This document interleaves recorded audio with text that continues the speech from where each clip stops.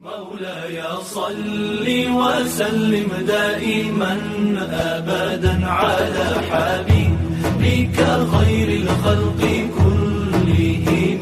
مولاي صل وسلم دائما أبدا على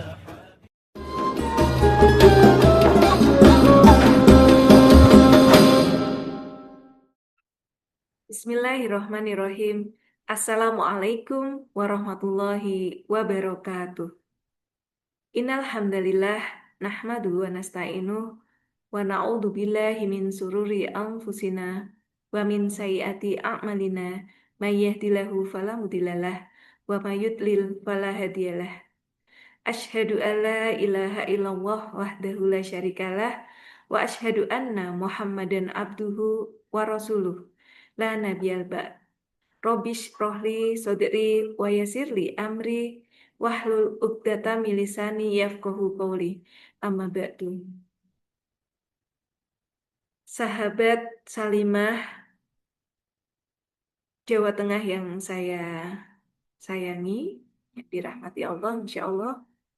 Perkenalkan, saya Dr. Susi, psikiater di RSUD Tidar Kota Magelang yang juga merupakan salah satu pengurus di PD Salimah Kabupaten Magelang.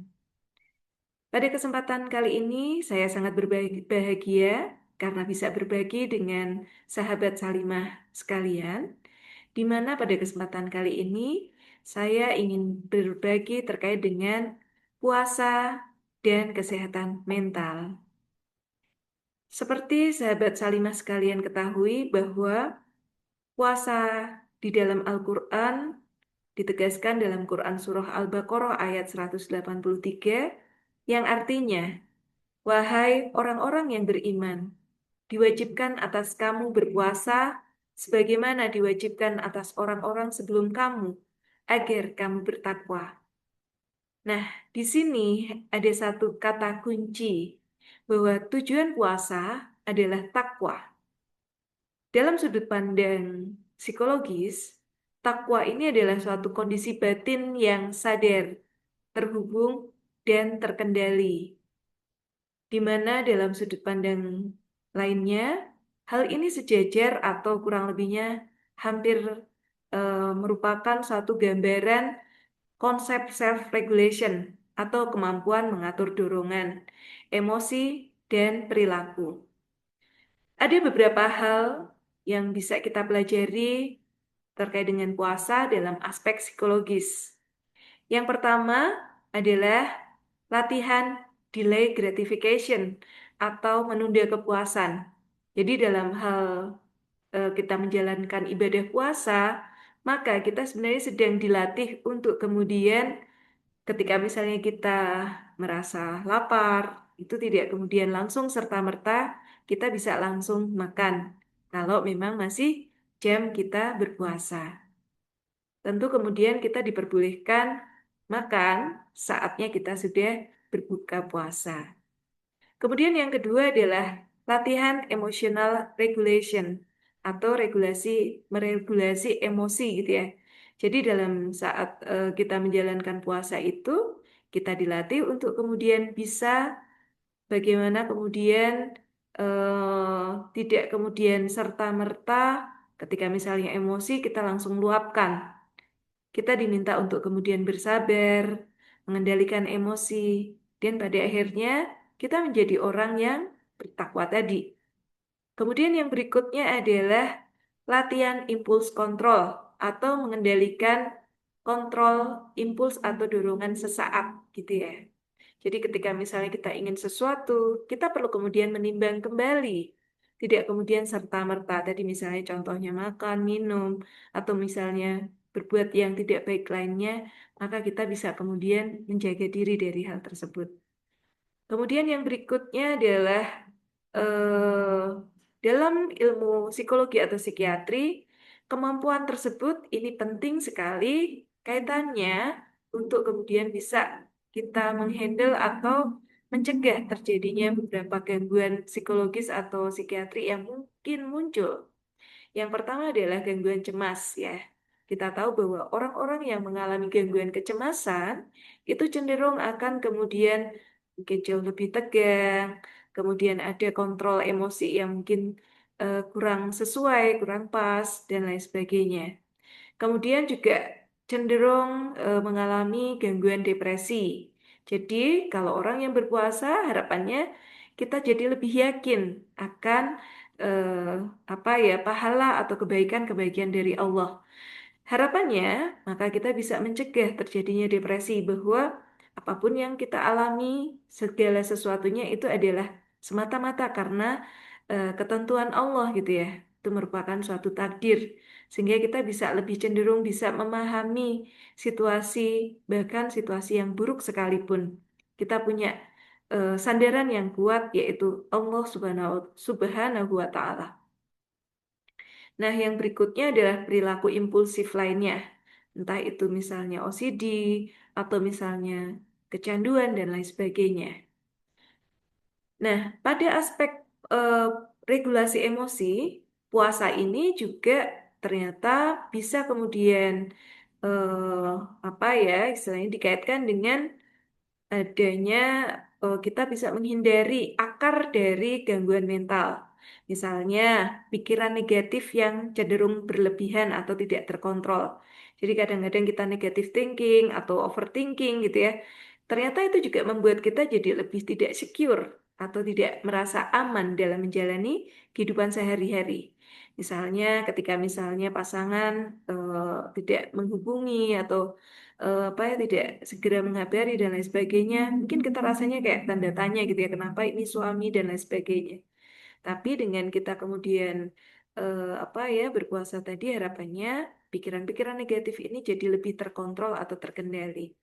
Nah kemudian emosi yang tidak terkelola, kemudian adanya reaksi impulsif yang terhadap stres ini cukup tinggi gitu ya. Kemudian juga eh, tidak mudah bereaksi saat kita marah, dan tidak langsung memenuhi dorongan yang muncul di dalam diri kita. Ada hal lainnya lagi, yaitu kita harapannya bisa menahan lisan dan menjaga amarah kita. Dalam sebuah hadis, Nabi Shallallahu Alaihi Wasallam bersabda, jika salah seorang di antara kalian berpuasa, janganlah ia berkata kotor dan jangan berbuat bodoh.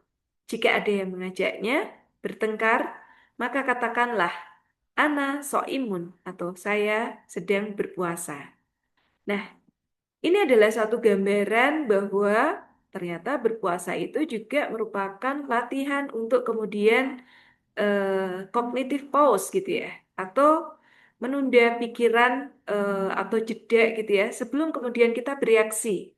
Jadi kita tidak mudah kemudian bereaksi terhadap situasi yang seringkali mungkin tidak sesuai dengan ekspektasi atau harapan kita. Ya, jadi dalam terapi psikologi modern seperti CBT atau Cognitive Behavior Therapy, maka pasien ini kan cenderung kemudian kita latih untuk kemudian mengenali emosi, memberi jeda pada kondisi yang mungkin kita misalnya katakanlah contohnya ada di mana mungkin anak kita apa ya tidak menuruti arahan kita gitu ya ternyata kemudian karena rasanya emosi mungkin rasanya kalau nggak puasa bisa jadi kayak langsung eh, rasanya pengen ini ya menggunakan nada tinggi gitu ya tapi karena saya sedang berpuasa maka kemudian sangat mungkin pada akhirnya bisa lebih menjaga diri dan tidak langsung bereaksi ya. Kemudian berikutnya juga harapannya dengan kita berpuasa terkait dengan CBT tadi, kita berharap bisa berlatih untuk mengganti respon. Alih-alih tadi menggunakan nada tinggi, maka kita sebenarnya bisa untuk kemudian memilih eh, apa ya hadir terlebih dahulu. Kenapa kemudian dia melakukan hal tersebut? Kita juga mungkin bisa memberikan opsi-opsi gitu ya kepada si anak.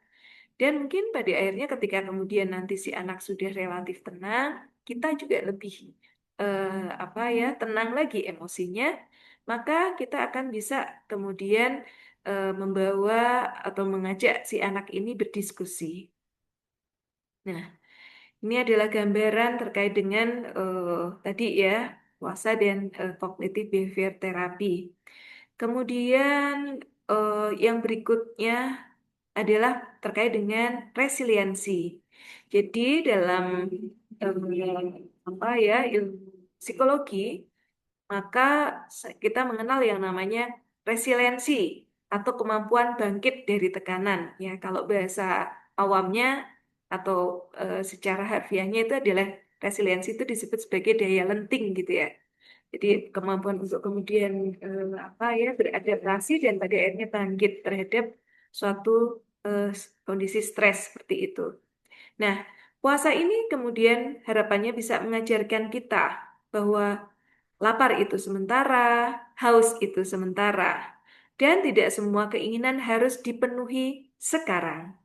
Ini melatih otak kita untuk kemudian memahami bahwa tidak nyaman itu bukan berarti tidak mampu dan bukan suatu bencana yang besar.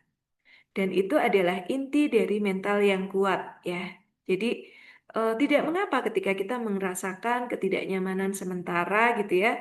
Tapi kemudian kita tahu bahwa akan ada hal baik yang bakal kita terima, yaitu pahala yang luar biasa dari sisi Allah Subhanahu wa taala.